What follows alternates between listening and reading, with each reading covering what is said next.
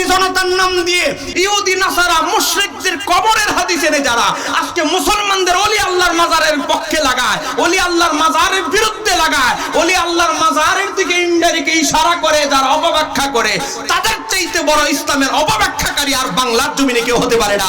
চিৎকার দিয়ে বলতে হবে ঠিক কিনা, আরেকটু যারা বলতে হবে ঠিক কিনা। তৌহিদি জনতার স্লোগানের নাম দিয়ে জোতাচুরি পর্যন্ত যারা লোভ সামলাতে পারে না, তাদের কাছে কিছু টাকা পকেটে হাদিয়া দিলে ঈমান বিক্রি করতে কোনো সময়ের ব্যাপার মাত্র। কথা কোন ঠিক কিনা, আরেকটু যারা বলতে হবে ঠিক কিনা। তো মসজিদে নববী যখন নবী নির্মাণ করবেন, এখন তো জায়গার দরকার, কে কয় শতক জায়গা দিবে, কিভাবে ব্যবস্থা হবে।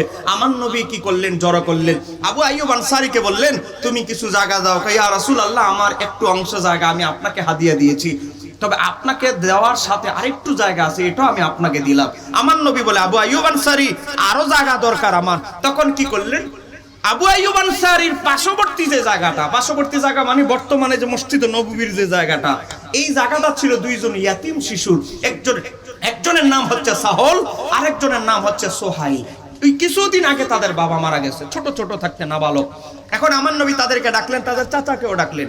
চাচা, তুমি তো সাহল এবং সোহাইলের কি অভিভাবক, তো এই জায়গাটা আমরা ক্রয় করতে চাই, আমি রাসূলুল্লাহ এই জায়গাটা ক্রয় করতে চাই, মসজিদে নববী নির্মাণ করব। অতএব আপনি তাদের চাচা থাকা অবস্থায় আপনি এই জায়গাটা দেখেন। শিশু, দুই শিশু, তারা আমার নবীর হাতে বায়াত হয়ে মুসলমান হয়েছেন।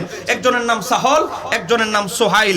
দুইজন বলতে লাগলো, ইয়া রাসূলুল্লাহ, আমরা এতিম হতে পারি, আমরা শিশু হতে পারি, কিন্তু আমাদের হৃদয়ে রাসূলুল্লাহর মুহাব্বত আছে।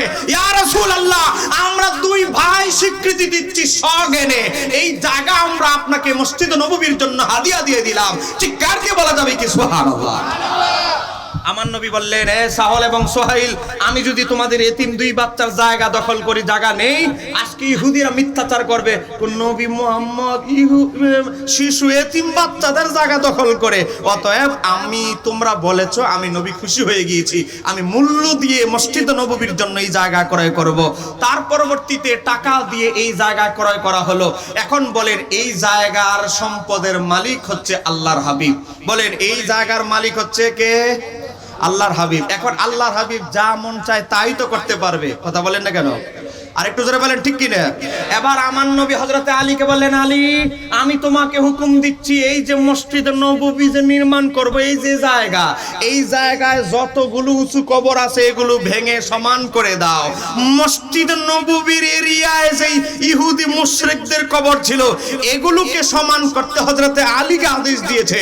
মুশরিকদের, ইহুদি নাসারা মুশরিকদের কবরের হাদিস এনে যারা আজকে মুসলমানদের ওলি আল্লাহর মাজারের পক্ষে লাগায়, ওলি আল্লাহর মাজারের বিরুদ্ধে লাগায়, ওলি আল্লাহর মাজারের দিকে ইনডাইরেক্টলি ইশারা করে, যারা অপব্যাখ্যা করে, তাদের চাইতে বড় ইসলামের অপব্যাখ্যাকারী আর বাংলার জমিনে কেউ হতে পারে না।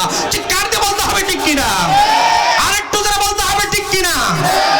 আজকে দেখেন, এই হাদিসের আরেকজন বর্ণনাকারী হযরতে আনাস ইবনে মালিক রাদিয়াল্লাহু তাআলা, তিনি হাদিস বর্ণনা করছেন সহিহ বুখারী 428, সহিহ বুখারী 1868 নম্বর হাদিস। হযরতে আনাস ইবনে মালিক বলে, আমার নবী হযরত আলীকে যেই কবরগুলো ভাঙতে আদেশ করেছে, সেই কবরগুলো কি জানো? হযরতে আনাস বলে, ফামারা রাসূলুল্লাহ সাল্লাল্লাহু আলাইহি ওয়াসাল্লাম বিকুবুরিল মুশরিকিনা ফানুবিশাত, আমার নবী যাদের কবরগুলো গুড়িয়ে দেওয়ার জন্য, সমান করে দেওয়ার জন্য বলা হয়েছিল, নবী আদেশ দিয়েছে, সেই কবরগুলো ছিল মুশরিকদের। বলেন, সেই কবরগুলো ছিল কাদের? একেবারে সহিহ বুখারীতে আছে বিকুবুরিল মুশরিকিন, মুশরিকদের কবরের হাদিস এনে যারা ওলি আল্লাহর পক্ষে লাগায়, তাদের উদ্দেশ্য কি ভালো না খারাপ? আরেকটু আসতে বলেন, ভালো না খারাপ? আজকে ইসলামের কি অপব্যাখ্যা চলছে। বুখারী শরীফ পড়তে গেলে যার ব্যাখ্যা গ্রন্থ পড়তে হয় তার নাম হলো আল্লামা ইমাম ইবনে হাজার আসকালানী। ইবনে হাজার আসকালানী বুখারীর ব্যাখ্যা গ্রন্থ ফাতহুল বারী প্রথম খণ্ড 525 পৃষ্ঠার ভিতরে লিখতেছেন, ক্বালা বাইদাবি, আল্লামা নাসিরউদ্দিন বাইজাবি বলেন, লাম্মা কানাতাল ইয়াহুদু ওয়ান নাসারা ইয়াসজুদুনা লিকুবুরিল আনবিয়াই তাজিমান, তো ইহুদি নাসারারা তারা কি করত? তাজিমি সাজদা মারত, কিবলা বানায় ইবাদতের মতো নামাজ আদায় করত। ইহুদি মুশরিক মুশরিকেরা। তো তারপরে ওই আজালুনা কিবলাতান, তারা তাদের পূর্বপুরুষ আম্বিয়া কেরামদের কবরের কিবলা বানাতো। কিবলা আমরা যেভাবে পশ্চিম দিকে নামাজ পড়ি, তারা কিবলা বানাইতো তাদের পূর্ববর্তী বংশধরের কবরকে। তো তারপরে কয় কি ওয়াতাখাযুহা ওয়াসানান, তারা দেবদেবীর মতো পূজা করতো তাদের বংশধরের পূর্বপুরুষের কবরকে। লানাহুম, আমার নবী তাদেরকে লানত অভিসম্পাত করেছেন ইহুদি নাসারাদের মুশরিকদেরকে। ও আমান আল মুসলিমিনা, মুসলমানদেরকে মানা নিষেধ করেছেন। আন মিসলি যালিকা, অনুরূপ করতে। এই কারণে আল্লাহর হাবিব হযরত আলীকে বলেছে সব উঁচু কবরগুলো ভেঙে দেওয়ার জন্য, মুশরিক ইহুদি নাসারাদের কবর। আজকে মুশরিক ইহুদি নাসারাদের কবরের হাদিস এনে যারা ওলি আল্লাহর বিরুদ্ধে, মাজারের বিরুদ্ধে লাগায়, কশিন কালেও তারা ইসলামের পক্ষের লোক হতে পারে না, ওলি আল্লাহর পক্ষের লোক হতে পারে না। চিৎকার দিয়ে বলতে হবে ঠিক কিনা? আমাদের সবচেয়ে বড় গুরুত্বপূর্ণ হচ্ছে আমরা ঐক্যবদ্ধ থাকতে হবে। বলেন বলেন, আমরা কি থাকতে হবে? বাতিলেরা কি কোন পীরের মুরিদ এটা তারা চিন্তা করে, তারা কাজ করে। কোন জায়গায় অমুক দরবারের মুরিদ, আর সে কোন দরবারের মুরিদ, আর অমুক কোন দরবারের মুরিদ। বাতিলদের কাছে কিন্তু পীর মুরিদের ভেদাভেদ নাই, কে কোন দলের কোন দরবারের মুরিদ। বাতিলদের কাছে একটাই পরিচয়, তারা সুন্নি।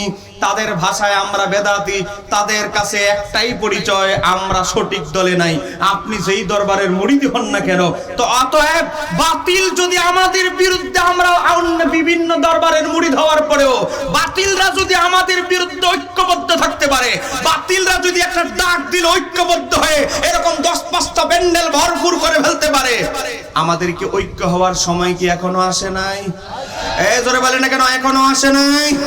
মনে রাখতে হবে, আমরা আহলে সুন্নাত ওয়াল জামাত এমন একটা দল, আমরা কোন বিরোধী পার্টি আমাদের মতের সাথে তাদের বিপরীত মত, কিন্তু আমরা তাদের গরু কোনোদিন চুরি করি নাই। এবার আমরা কি কোনোদিন গরু চুরি করেছি? তাদের পুকুরের মাছ আমরা কোনোদিন চুরি করি নাই। তাদের গাছ কেটে আমরা লাখ ভ্যান গাড়ি দিয়ে ভরে নিয়ে আসি নাই। কথা কোন কেন ঠিক কি? গরমকাল আসতেছে বুঝে আমাদের ওয়াহাবি ভাইরা এক মুর্শিদপুর দরবারে ঢুকে ফ্যানগুলো পর্যন্ত নিয়ে আসছে, কিন্তু ঘটনাটা কিন্তু শীতকালের। বলে সামনে তো আসতেছে গরমকাল, মুর্শিদপুর দরবারের কিছু ফ্যান যদি আমদানি রপ্তানি করতে পারি, সামনে ব্যবহার করতে পারবো। আজকে তারা নিজেদেরকে হক দাবি করে, আজকে তৌহিদি জনতার নাম দিয়ে যারা আজকে ভিন্ন দরবারের হক গাছ পর্যন্ত কেটে নিয়ে আসে, মাছগুলো পর্যন্ত ধরে নিয়ে আসে, পশু পাখি গরু ছাগল পর্যন্ত যারা চুরি করে, তারা যে মানুষের কাছ থেকে হৃদয় থেকে ঈমান চুরি করবে না তার কোনো গ্যারান্টি নাই। চিৎকার দিয়ে বলতে হবে না কেন ঠিক কিনা? আরেকটু ধরে বলতে হবে ঠিক কিনা? আজকে আমরা ইসরায়েলের বিরুদ্ধে কথা বলবো, আজকে এই ফাঁকে কিছু তৌহিদি জনতার স্লোগান দিয়ে আজকে জুতাও চুরি করা শুরু করে। কথা বলে না কেন ঠিক কিনা? আমি গতকালকে নিউজ দেখলাম 49 জনকে গ্রেফতার করা হয়েছে। ভাই, তোমার বাটা জোতার বিরুদ্ধে তারা ইসরায়েলের পক্ষাবলম্বন করে রাষ্ট্রীয়ভাবে পদক্ষেপ বাস্তবায়ন কিভাবে করা যায় তা করো, কিন্তু বেচারার জোতার দোকানে চুরি করার জন্য আমি একটা ভিডিও ক্লিপ দেখলাম। এক বেচারা 5 মিনিট ধরে ঘুরতেছে, জুতা একটা পাইছে, আরেকটা জুতা কোথায় আছে খুঁজতে খুঁজতে 5 মিনিট খরচ করেছে। আরে বাবা, পায়ের নিচে যেই জিনিস থাকে জুতা, এটার যারা তৌহিদি জনতার স্লোগানের নাম দিয়ে জুতা চুরি পর্যন্ত যারা লোভ সামলাতে পারে না, তাদের কাছে কিছু টাকা পকেটে হাদিয়া দিলে ঈমান বিক্রি করতে কোনো সময়ের ব্যাপার মাত্র। কথা কোন ঠিক কি না? আরেকটু ধরে বলতে হবে ঠিক কি না?